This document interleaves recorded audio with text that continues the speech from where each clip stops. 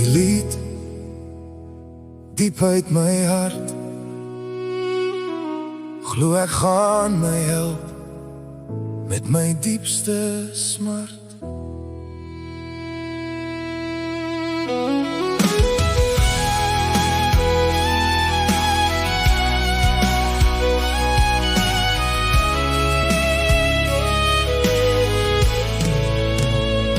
Romeine 8 vers 28 is jarenlang ons vers. God laat alles ten goeie meewerk vir die wat op hom vertrou. Ek glo in u en ek vertrou op u.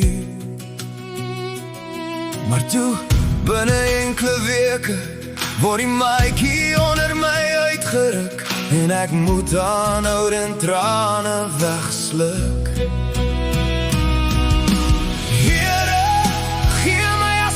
Die kracht om ook weer vandaag op die goedheid te bly wag.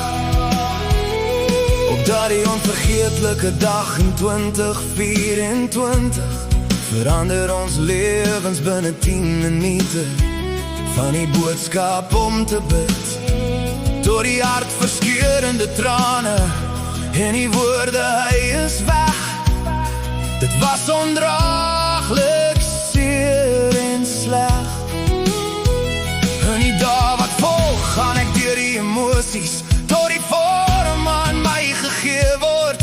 Toe ek terugkom vanaf die sielkundige, toe die sondagoggend die boodskap om te laat gaan van dit wat my weghou van die pad vir my deur u gebaan het. Ek geweet ek kan nie alles verstaan.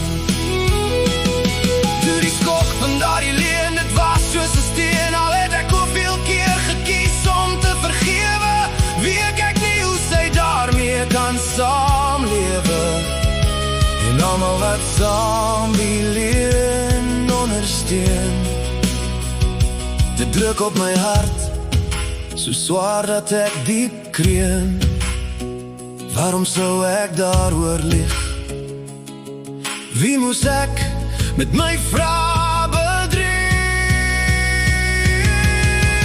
Here, gee my asseblief die krag om ook weer vandag op die goedheid te bly wag.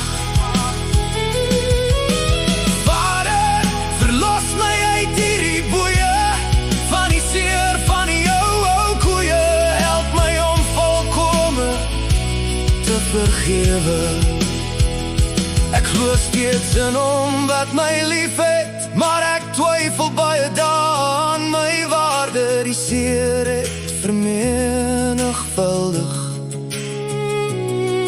en verwagtinge aan my nog steeds verskuldig, maar ek bly wachtend, wachtend op die goeie uit u hand. Here, ja, Here, u gee my die krag om elke liewe dag op die goeie guns te bly wag